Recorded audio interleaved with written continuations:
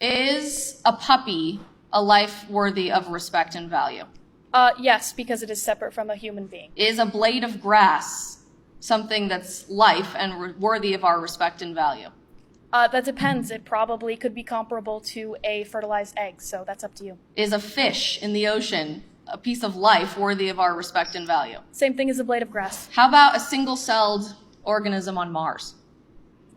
How about a human fetus? That's what I'm asking. Is a single-celled organism on Mars life that's worthy of respect and value? That's probably a better question to ask yourself than me. I believe it is. Do you believe it is? Is it life?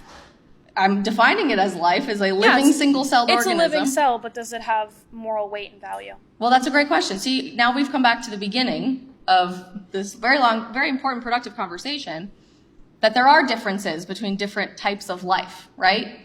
They're living beings, they're living organisms, but there are moral differences and moral hierarchies between different types of biological organisms. I would beg to differ that a human being, in or out of the womb, is worthy of our respect and value and protection.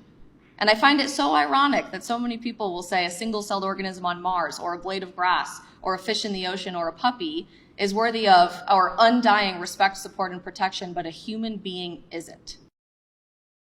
Shout out to that young Isabel Brown, ambassador student for life. Brilliant.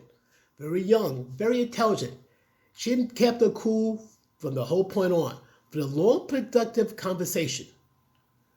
And the comparison is made between a puppy, a blade of grass, fish from the ocean, even a single-cell organism from Mars. Now, the pro-abortion female, or whatever they want to call themselves, she tried to argue like, you know what, it's different, like, you know, the bottom line is this. It's kind of ironic that, that a blade of grass, fish in the sea, a puppy, a single-cell organism that has yet to be proven to be life, has more value than a human fetus. In essence, that kind of tells me how that woman who's pro-abortion, how she feels towards us as humans. Human fetus has a right to be respected, valued, and protected. But I'm going to add one more thing too. There's one element that everybody seems to forget. What about the fathers? It's one thing he doesn't want the baby, then that's the only what we're going to do with the baby. But what about him? Whether he wants to have to keep the child.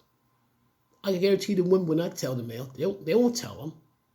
They might be from affairs, one-night stands, and all that stuff. But still, what about the males? These days, that's why if a baby is born and there's couples, they have the, you know, I forgot, they have one way to make sure the paternity law determine, like, you know, whether the baby belongs to the father or not. But going back to Isabel Brown, her argument was brilliant, on point. Congratulations. Keep up the good work. We need to hear more from students like you. Thank you. God bless. If you agree or disagree, leave your thoughts in the comments down below. Peace.